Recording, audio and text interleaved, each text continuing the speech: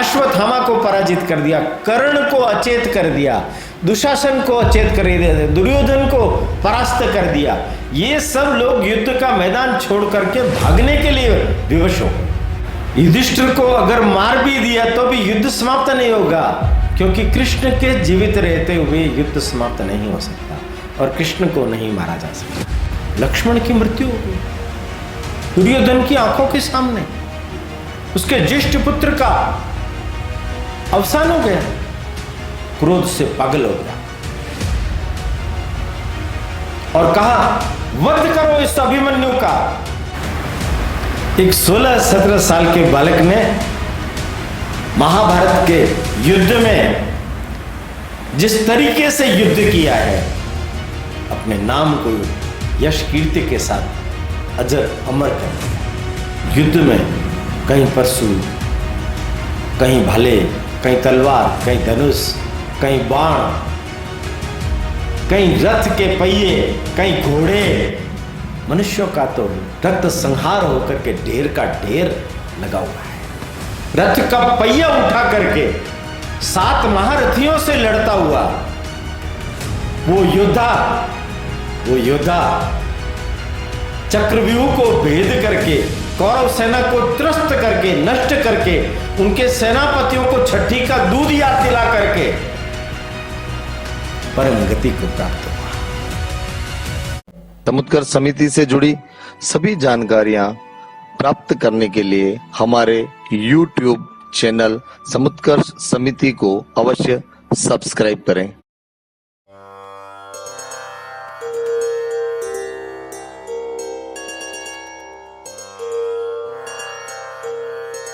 हिंदू भूमे सुरक्षार्थ केशवेन विनिर्मितम्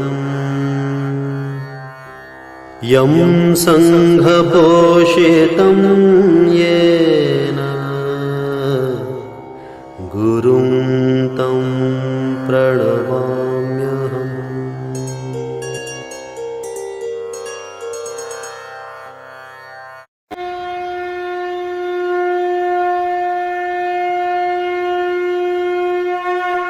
आज हमारे बीच में हमारे जो मुख्य उद्बोधनकर्ता हैं, हमारे प्रेरक, हमारे पथ प्रदर्शक, वर्ष 1986 से जो अपना जीवन राष्ट्र निर्माण और राष्ट्र सेवा के लिए समर्पित कर चुके हैं, ऐसे संघ के प्रचारक माननीय ओम जी भाई साहब, आप एक प्रखर लेखक विचारक हैं। आप द्वारा कई पुस्तकें लिखी गई हैं, जिनमें मेवाड़ गौरव गाथा, जन जन के महावीर, पन्नादाय, बाबा रामदेव जैसी 25 पुस्तकों का आपने लेखन किया है और जो आज हमारे बीच में हमारे ज्ञानवर्धन के लिए आज प्रकाशित होकर हमारे बीच में है। मैं आज के इस पुनीत अवसर पर मान्यवर भाई साहब से निवेदन करूंगी कि हमें प्रबोधन प्रदान करें। आदरणीय ओम जी भाई साहब। नमस्कार। समुत्कर्ष व्याख्यान श्रृंखला यतो धर्मस्ततो जयेत् में आप सब देवियों और सज्जनों का हार्दिक स्वागत है। पिछले एपिसोड में हमने देखा शांतनु पुत्र भीष्म गंगा के अत्यंत प्रिय देवव्रत, अपने गुरु परशुराम को भी पराजित कर देने वाले भीष्म, हस्तिनापुर की रक्षा के लिए दृढ़ प्रतिज्ञ भीष्म जब धराशायी हो गए तो युद्ध का संपूर्ण वातावरण बदल गया। अप्रकट रूप से, परोक्ष रूप से, चाहे पांडव हो चाहे कौरव, दोनों का मंतव्य पूरा हुआ। भीष्म पितामह सरसैया पर अपने शरीर से रिश्ते हुए, अधर्म के खाए हुए अन्न के खून को निकाल दो। कर्ण मिलकर के गया, अत्यंत प्रसन्न भाव से दुर्योधन से जाकर के कहने लगा कि मैं पितामह से मिलकर आया। पितामह ने मुझे तुम्हारी रक्षा का, युद्ध के नेतृत्व का आग्रह किया है कि जाओ अपने मित्र के विजय के लिए प्रयत्न करो।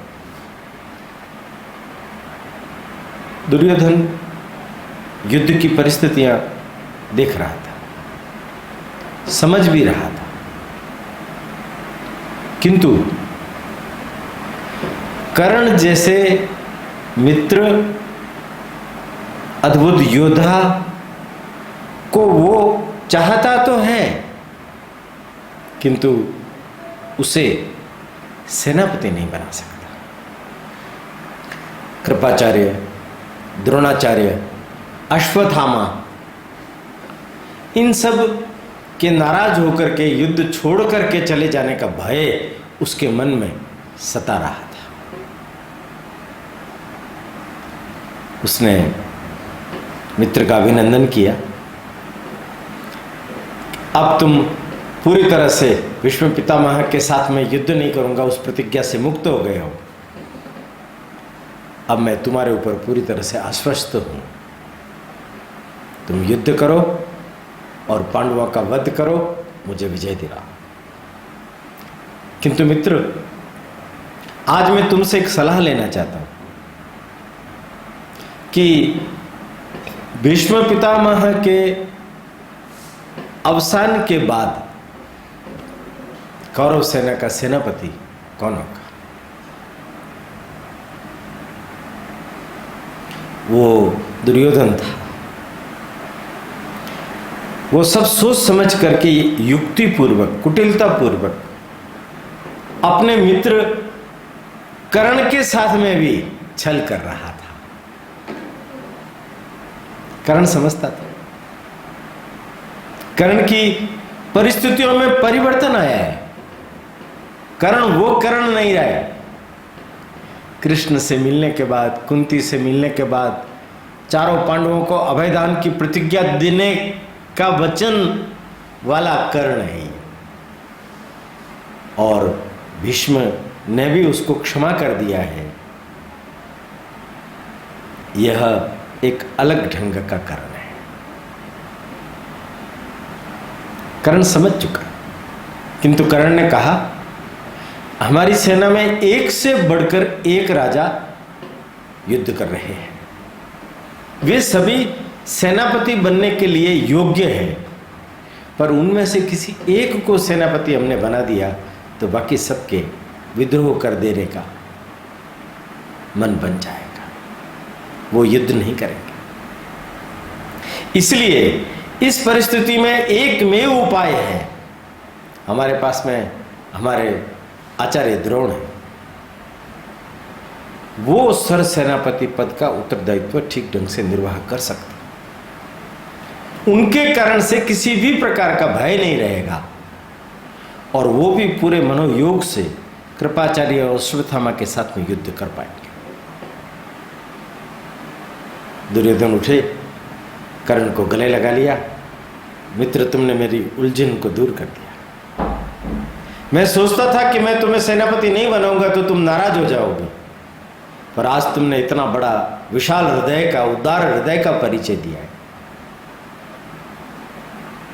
द्रोणाचार्य का सेनापति पद पर अभिषेक किया दुर्योधन ने और कहा, आचार्य,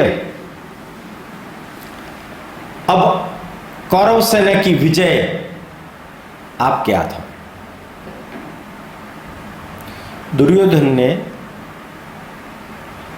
जब यह सब कुछ किया तो कौरव सेना में एक बड़ा भारी उत्साह पैदा हो गया था और उन्हें लगने लगा कि अब हम जीत जाएंगे। 10 दिन का युद्ध हो चुका है। 5 दिन और द्रोणाचार्य के नेतृत्व में युद्ध होगा।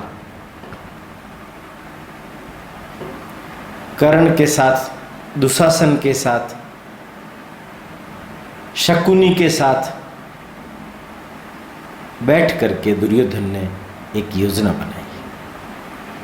भीष्म पितामह की तरह आचार्य द्रोण भी कौरवों के चहेते हैं, इसलिए हमें युक्तिपूर्वक इनका उपयोग करना है। उपयोग कैसे होगा? दुर्योधन ने कहा मैं योजना बताता हूं।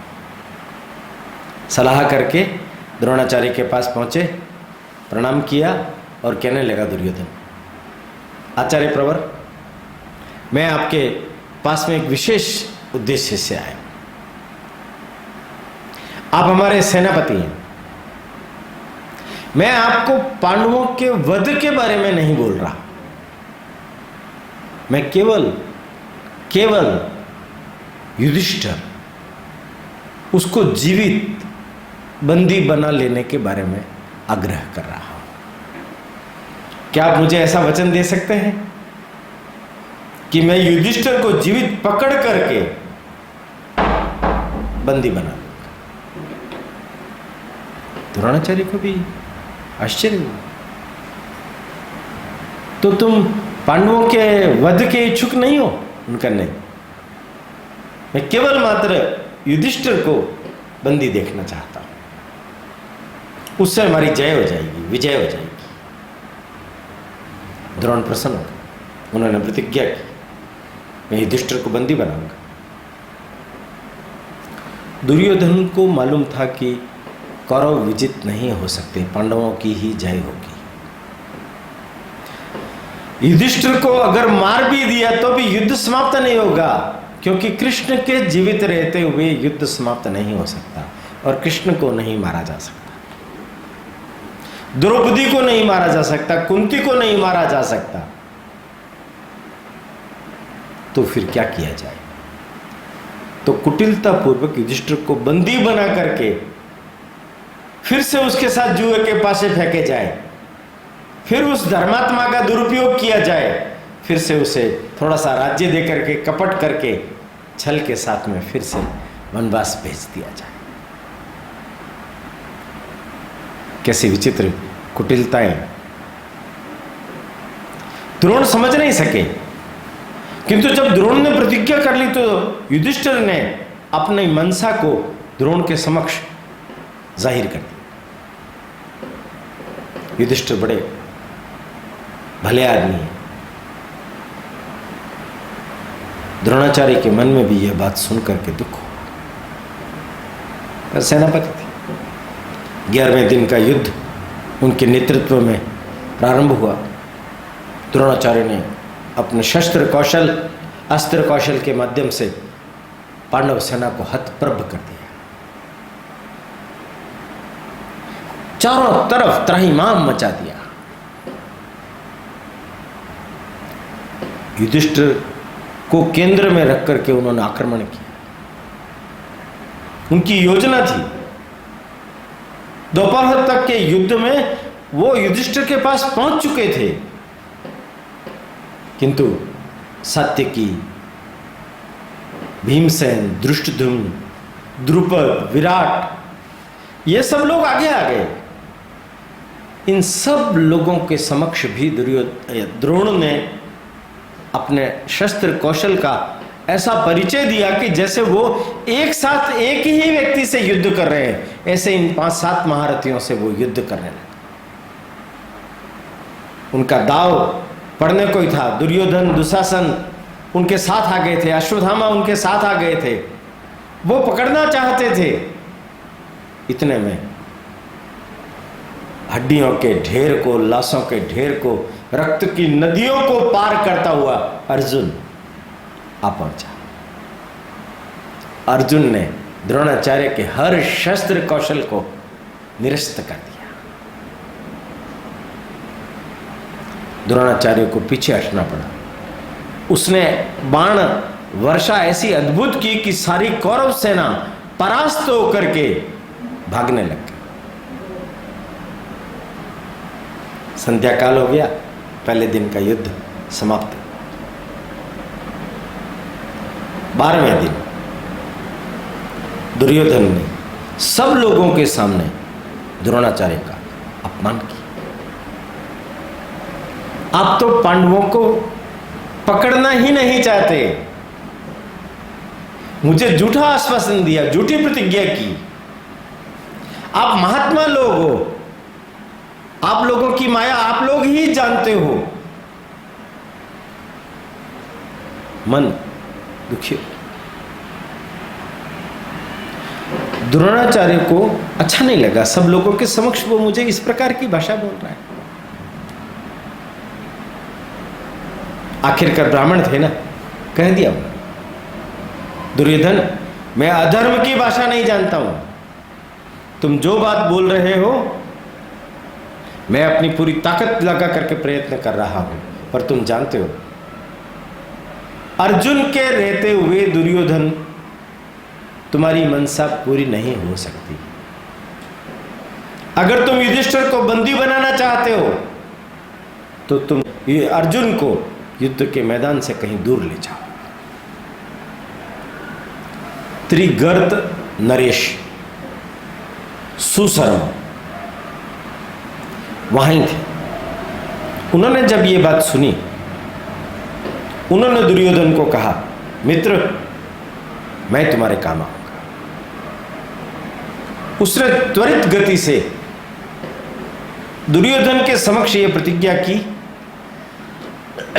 अर्जुन को युद्ध के मैदान से दूर करने का उत्तरदायित्व मेरा है। संशप्तक प्रतिज्ञा। सुशर्मा, उसकी सारी सेना, उनके सारे भाइयों, उनके सारे परिवार के लोगों ने घास के वस्त्र धारण करके और प्रतिज्ञा की कि जब तक हम अर्जुन को मारेंगे नहीं तब तक युद्ध के मैदान से लौटेंगे नहीं। ये आत्मघाती दस्ता है, सुसाइड स्क्वाड। ऐसी प्रतिज्ञा से कौरव सेना में एक बड़ी जबरदस्त उत्साह की हलचल पैदा होगी। सुशर्मा ने ललकारा अर्जुन को। अर्जुन ने युधिष्ठिर को कहा, महाराज आप जानते हो जो मुझे ललकारता है उसके साथ मुझे युद्ध करना है, ये मेरी प्रतिज्ञा है। सुशर्मा मुझे ललकार रहा है, उसने संसप्तक व्रत लिया है, उसके व्रत के कारण से उससे मुझे युद्ध करना पड़ेगा। युधिष्ठिर ने कहा कि मैं कुछ नहीं कह सकता, तुम्हें जो उचित लगे तुम वो निर्णय करो। द्रोणाचार्य की प्रतिज्ञा तुम्हें याद है, वो मुझे जीवित बंदी बनाना चाहते हैं। अब तुम सोच लो तुम्हें क्या निर्णय करना। युद्ध की नीति के अनुसार अर्जुन को उनकी ललकार पर ध्यान नहीं देना चाहिए था, पर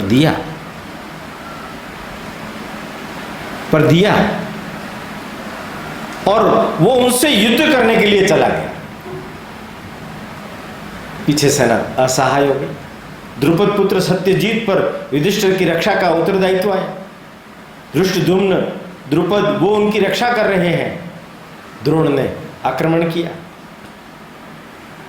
उस दिन द्रोण का जो स्वरूप था वो यमराज की भांति जो सामने आ रहा है उसको मार रहा है। सत्यजीत की मृत्यु, राजा विराट के पुत्र शतानिक की मृत्यु, जो जो भी उनके सामने पड़ रहा है वो यमराज की निशानी को धारण करके यमलोक गमन कर रहा है।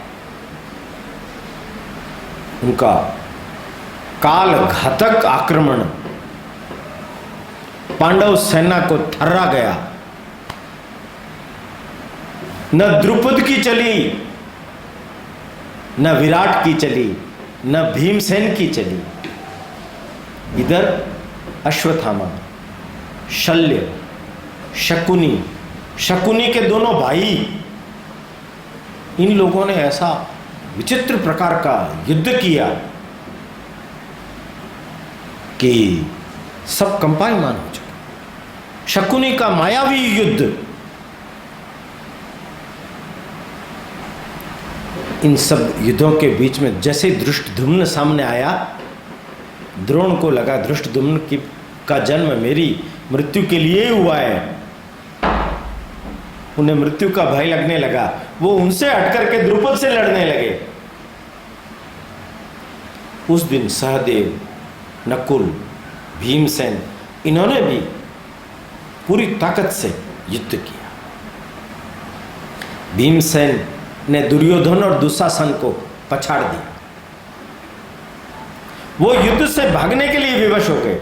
कर्ण तक की भी उस दिन गति ठीक से चली नहीं। कर्ण की भी दुर्गति बन गई। कर्ण भी पूरी ताकत से युद्ध कर रहा था, किंतु भीमसेन ने उसको रोके रखा। इतने में प्राग ज्योतिषपुर का राजा भगदत्त अपने हाथी के ऊपर जैसे ऐरावत पर चढ़ करके इंद्र आ गया है, वो युद्ध के मैदान में अपनी सेना लेकर पहुंच गया। दुर्योधन की रक्षा की, भीमसेन से भिड़ गया। भीमसेन के रथ को तोड़ दिया। भीमसेन रथ विहीन होकर के हाथी के नीचे आ गया। वो हाथी को पीड़ित कर रहा है। हाथी कभी इधर भाग रहा, कभी हाथी उधर भाग रहा है। सुप्रतीक नाम का जो हाथी राजा भगदत्त लेकर के आया है, उस हाथी के समक्ष कोई भी दूसरे हाथी, कोई भी दूसरे लोग नहीं टिक पा रहे। कोई भी नहीं टिक पा रहा। ऐसी उनकी दुर्गति हो गई। राजा भगदत्त ने कोहराम मचा दिया। उनकी वीरता, उनका प्रभाव, वृद्ध 80-85 साल की उम्र, हाथी पर बैठ करके बड़ा अद्भुत युद्ध करने वाला योद्धा, पांडव सेना त्राईमाम त्राईमाम कर उठी। सुप्रतीक चिंगाड़ रहा है। उधर से उसकी चिंगाड़ अर्जुन के कानों में पड़ी। अर्जुन ने श्री कृष्ण से कहा, मधुसूदन, ये जो आवाज है ये सुप्रतीक की है। लगता है उसकी चिंगाड़ के समक्ष कोई टिक नहीं पा रहा है। उसके समक्ष तो हम हार जाएंगे। रथ को उधर ले चलो। किंतु सप्तक पीछा नहीं छोड़ रहे थे। उनको चकमा देकर, उनको और परास्त करके, बुरी तरह से उनको नष्ट करके अर्जुन का रथ भगदत्त के समक्ष आ गया। और उन्होंने भगदत्त से जो युद्ध किया है, पर भगदत्त ने भी इतनी वृद्धावस्था में वीरता पूर्वक युद्ध करते हुए, सबसे पहले अर्जुन ने सुप्रतीक को मारा, फिर भगदत्त को मारा, और फिर द्रोण के ऊपर जो हमला बोला कौरव सेना को, दूसरे दिन भी भागने के लिए विवश होना पड़ा। युद्ध में कहीं परशु, कहीं भाले, कहीं तलवार, कहीं धनुष, कहीं बाण, कहीं रथ के पहिए, कहीं घोड़े, मनुष्यों का तो रक्त संहार होकर के ढेर का ढेर लगा हुआ है। नदियों का, रक्त की नदियों का वहां प्रवाह बह निकला। 13वें दिन सुबह फिर दुर्योधन का वही जो भीष्म के साथ बर्ताव था, अब द्रोण के साथ। देखिए आप, जो राजा अपने सेनापति के साथ में दुर्व्यवहार करता हो, सेनापति उसकी जीत की कामना से युद्ध नहीं कर सकता। इसलिए राजा को ये कर्तव्य ध्यान रखना होता है, अपने सलाहकारों को, अपने सेनापतियों को, अपने मंत्रियों को किस तरीके का व्यवहार करने से वो लोग उसके साथ में ठीक ढंग से उसके योजना के अनुकूल चल सके, ध्यान नहीं रख पाते। दुर्योधन की पीड़ा फिर प्रकट हुई और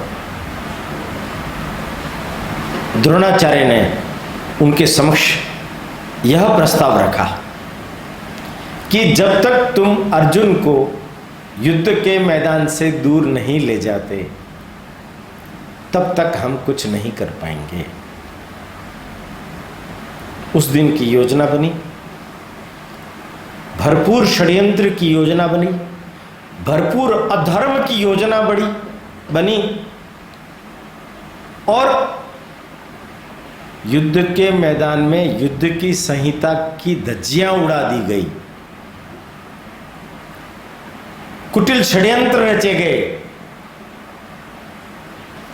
सुशर्मा युद्ध प्रारंभ होते ही ललकार करके अर्जुन को दक्षिण दिशा में लेकर के चला गया। युद्ध के मैदान से बहुत दूर अर्जुन सुशर्मा और उसकी सेना से युद्ध कर रहा है। देखिए आप, यहां भी अर्जुन जैसा महारथी श्री कृष्ण के साथ युद्ध कर रहा है, पर वो लोग उसके अंदर की नियति की भाप नहीं पाए। चक्रव्यूह रचा गया। अश्वत्थामा, द्रोण, बृहद्बल, शकुनी, शल्य, कर्ण, धृतराष्ट्र का दामाद जयद्रथ, ये सब लोग चक्रव्यूह के सेनापति बन गए। यह देख करके बड़ी विकट स्थिति बन गई। युधिष्ठिर को संताप हुआ, आज तो हमारी हार निश्चित है, आज मैं बंदी बना लिया जाऊंगा।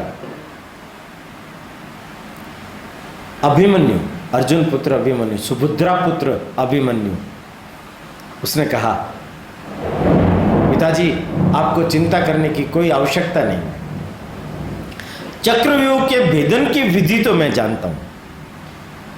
मेरी मां को मेरे पिताजी ने वो विधि बताई थी, पर जब बाहर निकलने की विधि वो बता रहे थे तब मेरी मां को नींद आ गई, इसलिए मुझे नहीं मालूम। मैं गर्भ से ही ये सीख करके पैदा हुआ। छोटे से बालक को, 16-17 साल के बालक को अकेला कैसे युद्ध के मैदान में भेज सके। किंतु बाकी सब लोगों ने कहा, भीम ने कहा, अन्य लोगों ने कहा, धृष्टद्युम्न ने कहा, तुम एक बार चक्रव्यूह को भेद दो, हम पीछा करते हुए तुम्हारे पीछे पीछे अंदर आ जाएंगे, तुम्हें अकेला नहीं पड़ने देंगे।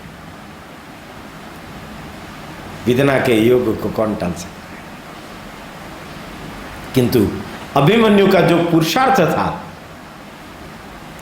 उन्होंने चक्रव्यूह को तोड़ दिया, अश्वत्थामा को पराजित कर दिया, कर्ण को अचेत कर दिया, दुशासन को अचेत कर दिया, दुर्योधन को परास्त कर दिया। ये सब लोग युद्ध का मैदान छोड़ करके भागने के लिए विवश हो गए।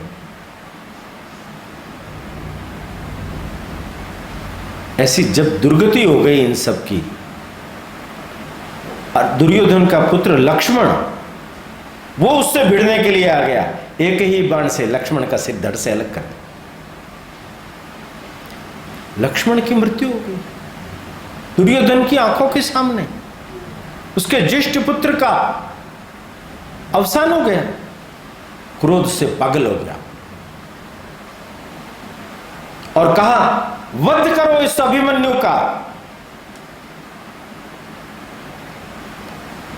उसी समय जयद्रथ ने चक्रव्यूह के द्वार पर खड़े होकर के पांडव सेना के सेनापतियों को रोक दिया, अंदर ही नहीं घुसने दिया, और पीछे बृहद्बल, शकुनी,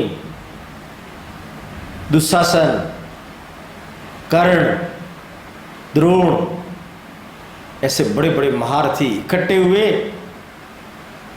और उस अकेले बालक के ऊपर पिल पड़े।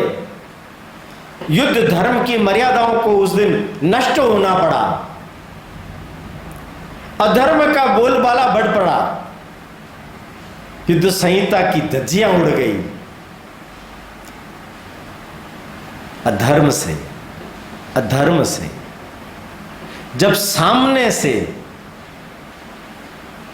अभिमन्यु को कंट्रोल करना, नियंत्रित करना असंभव हो गया, तब द्रोणाचार्य ने कर्ण को कहा, तुम पीछे से हमला करो,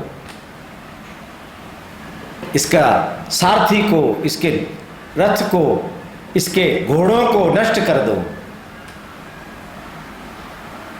पीछे से हमला किया, ये रथ नष्ट होने पर नीचे आ गया, तलवार से युद्ध करने लगा।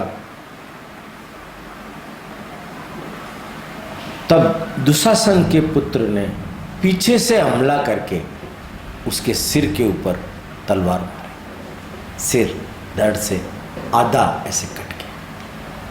रथ का पहिया उठा करके 7 महारथियों से लड़ता हुआ वो योद्धा चक्रव्यूह को भेद करके, कौरव सेना को त्रस्त करके, नष्ट करके, उनके सेनापतियों को छठी का दूध याद दिला करके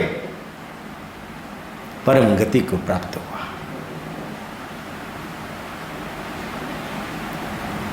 युद्ध तो समाप्त हो गया,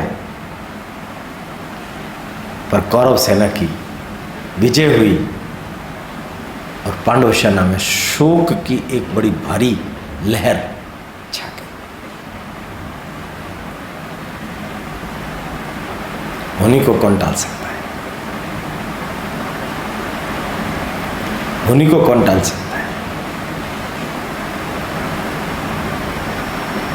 सब विलाप कर रहे हैं, उनकी लाश पर रुदन कर रहे हैं। एक 16-17 साल के बालक ने महाभारत के युद्ध में जिस तरीके से युद्ध किया है, अपने नाम को यश कीर्ति के साथ अजर अमर कर दिया। अनीति, अधर्म का आसरा लेकर के कौरव सेना ने एक बार तो अपनी विजय कर ली और पांडवों को एक बड़ा भारी क्षति का अनुभव करा दिया। पांडव सेना शोक व्यक्त कर रही है। अर्जुन भी सप्तकों को मार करके, विजयी होकर के लौट रहे हैं। आगे का हाल अगले एपिसोड में हम सुनेंगे कि कैसे अर्जुन पुत्र शोक से विवल होकर के जयद्रथ के वध की प्रतिज्ञा लेते हैं। युद्ध आगे कैसे बढ़ता है? द्रोण के वध से पहले जयद्रथ का वध होगा, फिर द्रोण का वध होगा। 5 दिन पूरे होंगे, फिर युद्ध और आगे बढ़ेगा। तब तक के लिए मैं आपसे विदा लेता हूं। प्रणाम, विश्राम।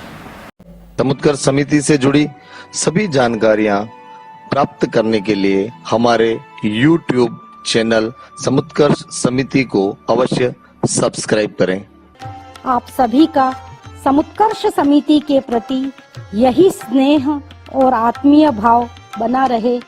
धन्यवाद।